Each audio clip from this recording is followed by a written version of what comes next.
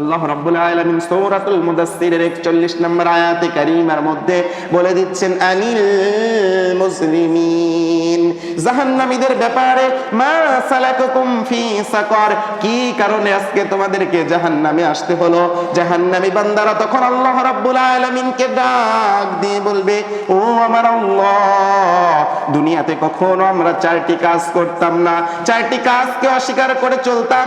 এই দুনিয়াতে আপনি যেই যেই হুকুম দিয়েছিলেন ওই হুকুমগুলো আমি মেনে চলি নাই। তখন আল্লাহ রাব্বুল আলামিন বলবে, ও আমার বান্দা, দুনিয়াতে তুমি কি কি হুকুম আমার মেনে চলো নাই, কি কি হুকুম তুমি আমার ডিনাই করে চলেছো।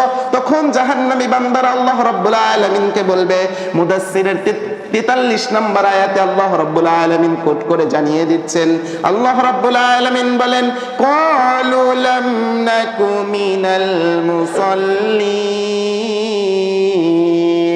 ও আল্লাহ তাআলা, এই দুনিয়াতে যারা সিজদা দিত, মসজিদে যেত, নামাজ আদায় করত, বাড়িতেও আপনাকে স্বীকার করত, মসজিদেও আপনাকে স্বীকার করত, দুনিয়াতেও আপনাকে মেনে চলতো, রাষ্ট্রীয়ভাবেও আপনাকে মেনে চলতো, আপনার নামাজ আদায় করত, ওই বান্দাদের দলে আমরা শামিল ছিলাম না, আমরা নামাজ আদায় করি নাই। আল্লাহ রাব্বুল আলামিন বলবে যে আমরা বুঝলাম, প্রথম নম্বরে তুমি নামাজ আদায় করো নাই, দ্বিতীয় নম্বরে তোমার কি এমন অপরাধ ছিল।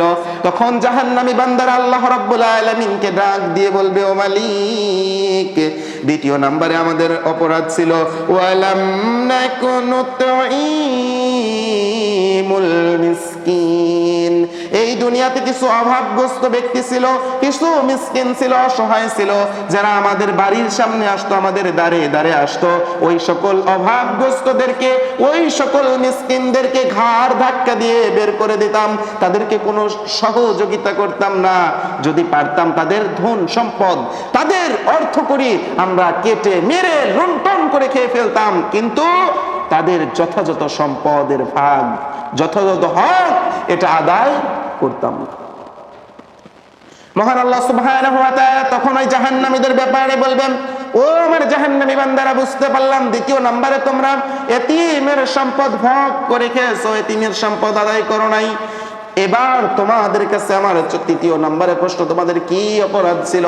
তখন জাহান্নামী বান্দারা আল্লাহ রাব্বুল আলামিনকে ডাক দিয়ে বলবে, ওয়া কুন্না নাখুদু মাল খাইদিন। ও আল্লাহ তাআলা, এই দুনিয়াতে যারা ভালো ভালো কাজের আঞ্জাম দিত, সৎ কাজ করত, দুনিয়াতে নামাজ আদায় করত, যাকাত প্রদান করত, ইসলামী হুকুম আহকাম গুলো মেনে চলতো, এদের ব্যাপারে আমরা করতাম কি, চা স্টলে, দোকানে, অথবা 2-3 জন ব্যক্তি এক জায়গায় হলে তাদের নামে সমালোচনা, পরনিন্দা, পরচর্চা আর গীবত নিয়ে ব্যতিব্যস্ত ছিলাম। গীবত, পরনিন্দা, পরচর্চা নিয়ে সব সময় ব্যস্ত ছিলাম। তাদের ভালো কাজের আমরা গীবত গাইতাম, তারা ভালো কাজ করতো আর পিছন থেকে আমরা তাদের সমালোচনা করতাম। তারা বলতাম, যা কি হুজুর হয়েছে, নামাজ আদায় করে, আরে নামাজ আদায় করতে পারে, ওর তো ইমানই ঠিক নাই, আর আমি যদিও নামাজ আদায় না করি আমার ইমান পরিপূর্ণ আছে, ঠিক আছে, এরকম বলতাম। আর তাদের নামে সমালোচনা, পরনিন্দা, পরচর্চা, গীবত করতাম। মহান আল্লাহ সুবহানাহু ওয়া তাআলা তখন তাদেরকে বলবেন, ও আমার বান্দারা, তৃতীয় নম্বরে তোমাদের অপরাধ আমি বুঝতে পারলাম, চতুর্থ নম্বরে তোমরা কি এমন অপরাধ করেছো।